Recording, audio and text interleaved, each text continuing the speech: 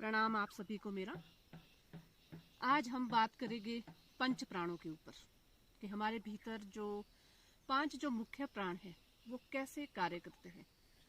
तो सिंपल सी भाषा में हम उसको समझने का प्रयास करेंगे और मैं ये बताना चाहूंगी कि हमेशा प्राणायाम को जब भी हमने मतलब मजबूत करना है, उसको डेवलप करना है, तो उसके लिए क्या करना है, उस पंच प्राणों को जगाना होगा। तो वो कैसे?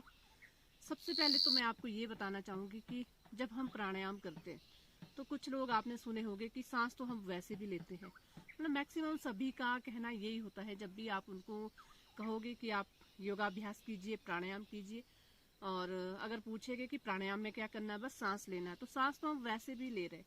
तो इसका अर्थ सीधा सीधा ये है कि प्राणों को संजोना, यानी कि हमारे भीतर भी प्राणों का, ये समझ लीजिए कि जो फेफड़े है वो एक प्राणों का एक बैंक है। वो हमें हमारे जो ऑक्सीजन को स्टोर करते हैं, और जब वो पूरी तरह से ऑक्सीजन को स्टोर करेंगे तो वही ऑक्सीजन हमारा जो पूरा शरीर है उसके लिए पर्याप्त होती है, यानी कि उसमें वो कार्य करने के लिए सक्षम होती है। तो आइए बात करते हैं 5 प्राणों के ऊपर। बहुत ही बड़ा ये विषय है, यदि हम इसको बहुत ही गहराई से जानने का प्रयास करेंगे तो पूरी इसके ऊपर एक बुक लिखी गई है, लेकिन मैं सिंपल सी भाषा में हल्का सा आपको बताने का प्रयास करूंगी। तो चलिए, सबसे पहले क्या है कि हमारा जो प्राण है, प्राण तो देखिए एक ही है जो हम नासिका के द्वारा लेते हैं और धीरे धीरे वो श्वसन तंत्र के माध्यम से हमारे फेफड़ों तक पहुंचता है। लेकिन इसके कार्य क्या है? क्योंकि हमारा शरीर है, इसको सांस लेना भी है, छोड़ना भी है। हमारा जो शरीर है इसको भोजन लेना भी है और उसको पचाना भी है, और जो बाकी का जो वेस्ट मटेरियल है उसको बाहर निकालना भी। तो इन सबको, यानी कि इस क्रिया को करने के लिए प्राण ही सिर्फ एक संचार का माध्यम है और वही इस कार्य को करता है। तो देखिए, जो हम सांस लेते हैं तो उस समय हमारा क्या है, सिर्फ और सिर्फ प्राण, पहला जो नाम है वो प्राण है, यानी कि प्राण को हम लेते हैं और नाम भी वही है, प्राण। दूसरा है अपान, तीसरा है समान, चौथा है उदान, और 5वां जो प्राण है वो है व्यान प्राण। अब अगर हम थोड़ा थोड़ा इसको समझने का प्रयास करेंगे तो पहला जो प्राण है, यानी कि जो बाहर से जो हम ऑक्सीजन को ग्रहण करते हैं, वो हमारे भीतर जब जाता है फेफड़ों तक, तो वहां से उसकी सप्लाई शुरू होती है। कैसे? हमने सांस को लिया और फेफड़ों में भरा। प्राण का जो स्थान है वो है हमारे मतलब फेफड़ों का स्थान, यानी कि ऊपर का जो भाग है, डायफ्राम से जो ऊपर की बॉडी है, फेफड़े है उसके अंदर, और हार्ट है, श्वसन तंत्र है, ये उसके अंतर्गत आता है। ये है प्राण का स्थान। और इसको हम अगर जागृत करना चाहे, उजागर करना चाहे, मजबूत बनाना चाहे, तो उसके लिए हमें करना होगा प्राणायाम।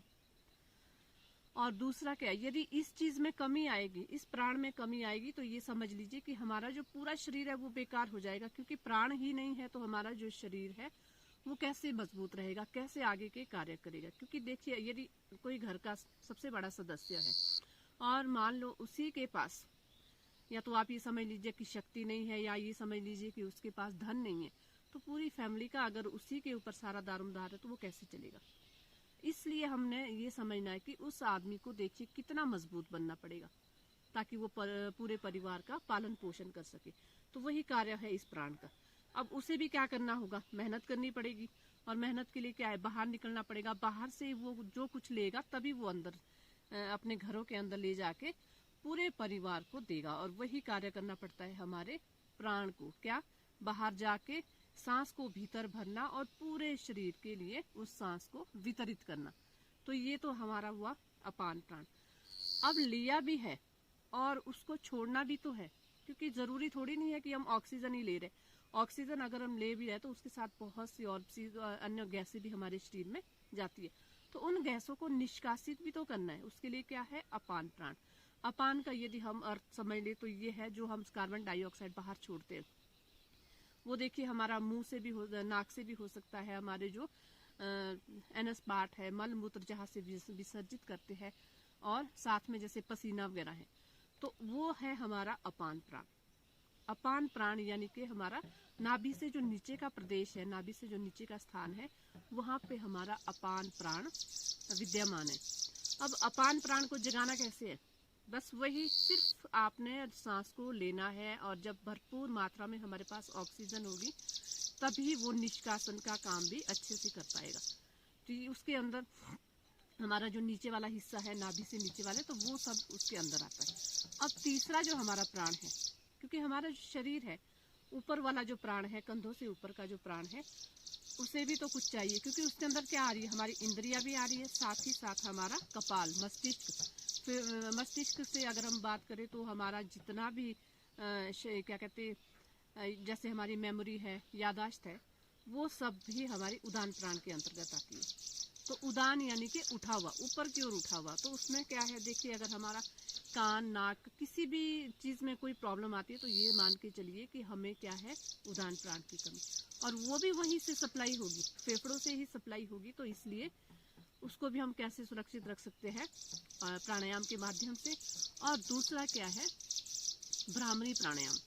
अगर हम उसको भी करेंगे, साथ ही साथ उद्गीत प्राणायाम का अभ्यास करते, तो उसके माध्यम से भी इस प्राणायाम को मजबूत बनाया जा सकता है। क्योंकि दूसरा क्या है, देखिए, मन कई बार उचाट होता है, चंचलता आती है, साथ ही साथ अगर हम देखते हैं सर दर्द वगैरह, तो ये मान के चलिए कि यदि हमें उस समय कोई प्रॉब्लम है तो कहीं ना कहीं उदान प्राण में गड़बड़ है।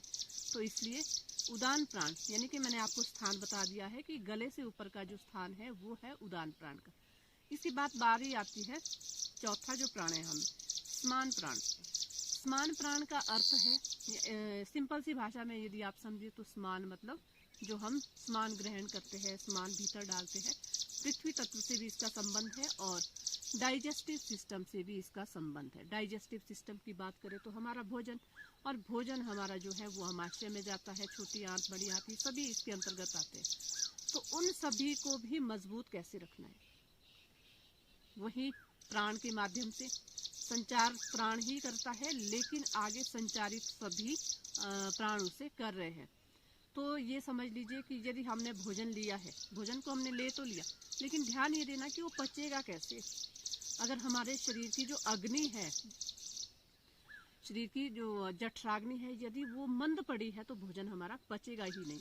तो इसलिए उस अग्नि को जलाने के लिए हमें क्या करना होगा, ऑक्सीजन। क्योंकि ऑक्सीजन क्या करता है, जलाने का काम। कार्बन डाइऑक्साइड तो कभी नहीं करती ना। जब भी हमें आग को जलाना है तो वहाँ पे हमें क्या जरूरत पड़ेगी, ऑक्सीजन की। ऑक्सीजन कहाँ से, वायुमंडल से और हमारे फेफड़ों के नासिका मार्ग से भीतर जाती है, मैंने पहले भी आपको बताया। तो इस तरह से यानी कि डाइजेस्टिव जो सिस्टम है वो भी तभी कार्य करेगा जब उसके पास भी अच्छे से ऑक्सीजन होगी, और ऑक्सीजन हम बाहर से लेंगे। और फिर देखिए, जब अच्छे से कार्य कैसे करेगा, मुख से भोजन गया, आहार नाल होके हमारे आमाशय में पहुंचता है, और धीरे धीरे वो आगे छोटी आंत और फिर धीरे धीरे बड़ी आंत तक, और लास्ट में हमारा जो रेक्टम है वहां से बाहर निकलता है। लेकिन उसके लिए देखिए कितना कार्य करना पड़ेगा। पहले उस भोजन को निगलना है, फिर उसको पचाना है, फिर उसको बाहर निकालना। तो उसमें कहीं ना कहीं हमारा प्राण जो है वो इन्वॉल्व है, और तभी अपान अच्छे से कार्य कर रहा है। प्राण और अपान की हमेशा एक रूपता बनी रहे, और तभी हमारा ये शरीर चल सकता है। क्योंकि देखिए, अगर हम भोजन खा लेते हैं, उसे पचाएंगे नहीं, तो अन्य कई तरह के रोग, कई तरह की गैसें हमारे शरीर में बनना शुरू होगी, और कई तरह के रोग फिर हमें स्टार्ट होंगे। और पेट ही हमारा इंजन है, तो पेट से ही तरह तरह के रोग, अगर हमारा इंजन ही खराब हो जाए तो पूरी मशीन जो है वो धीरे धीरे खराब होने लगेगी। और इसके बाद बारी आती है व्यान प्राण की। व्यान मतलब पूरे शरीर में व्याप्त, कहीं भी कभी भी किसी भी चीज़ की कमी पड़े तो वहाँ पे व्यान प्राण पहुँचता है। क्योंकि देखिए, किसी आदमी को हमने ऐसा भी तो ज़रूर बनाया होता ना, मतलब औरों के ऊपर हमें भरोसा नहीं होता, तो हम कहते हैं देख ले, ये तेरी जिम्मेवारी है, तूने पूरा देखना है, तू जान कैसे देखता, हमें नहीं पता। तो वो कार्य व्यान को सौंपा है कि कहीं भी अगर कमी पड़ती है तो तुझे वहाँ पे हर हाल में पहुँचना होगा। लेकिन अब मान लो अगर वही सदस्य जिसने उसे रखा है, उसी के पास कुछ है ही नहीं देने को, तो वो क्या करेगा, फ्री में तो कोई रहने वाला है नहीं, ऐसा तो नहीं है कि वो खुद से ही कुछ करेगा। तो इसलिए पहले क्या है, मेन जो प्रॉब्लम है वो आती है फिर उसी की, प्राण की। इसलिए प्राण को कितना सतर्क रहना है, कितना हमें उसे उजागर करना है, ये आप पूरी वीडियो में समझ गए होंगे। तो इस तरह से सिंपल सा मैंने आज आपको पंच प्राणों के बारे में बताया। उम्मीद करती हूँ आपको ज़रूर ये वीडियो मेरी पसंद आएगी। तो इसी के साथ मुझे इजाज़त दीजिए। ओम।